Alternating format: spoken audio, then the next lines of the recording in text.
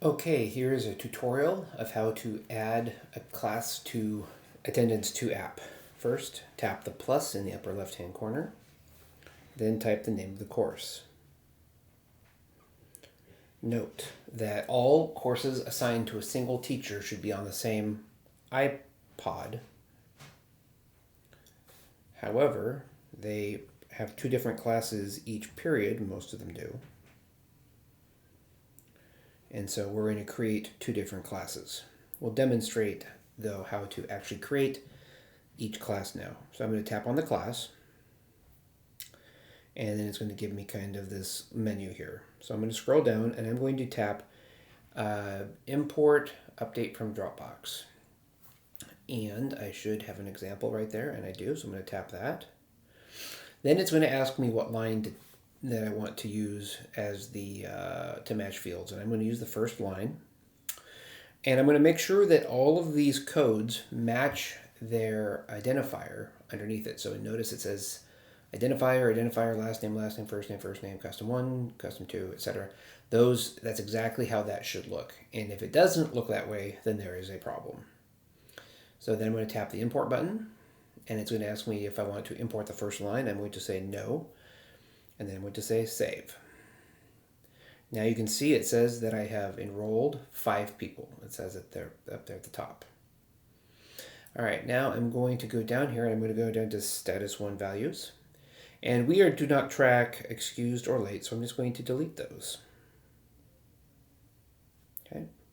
Then I'm going to go down to meeting times, and we have 4 meeting times. So I'm going to click add meeting time, and our potential meeting times, we're going to set them so that they're nice and orderly at 6:25 p.m. on Monday. So then I'm going to make another one on Monday at 7:30. Okay, good. Now I need to make a meeting time for Wednesday at 6:25, and another meeting time Wednesday at 6:30. We're setting them 5 minutes before the actual class starts as the standard paradigm for this operation.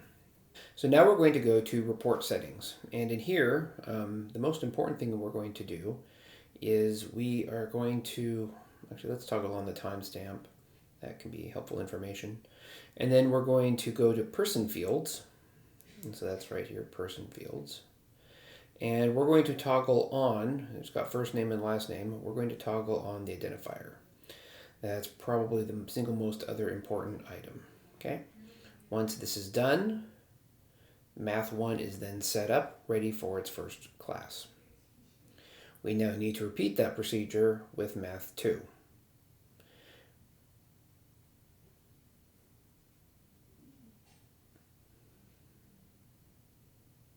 So in Math 2, I'm going to do the same thing. I'm going to import the list, and we're going to import the entire list each time, because there's no need.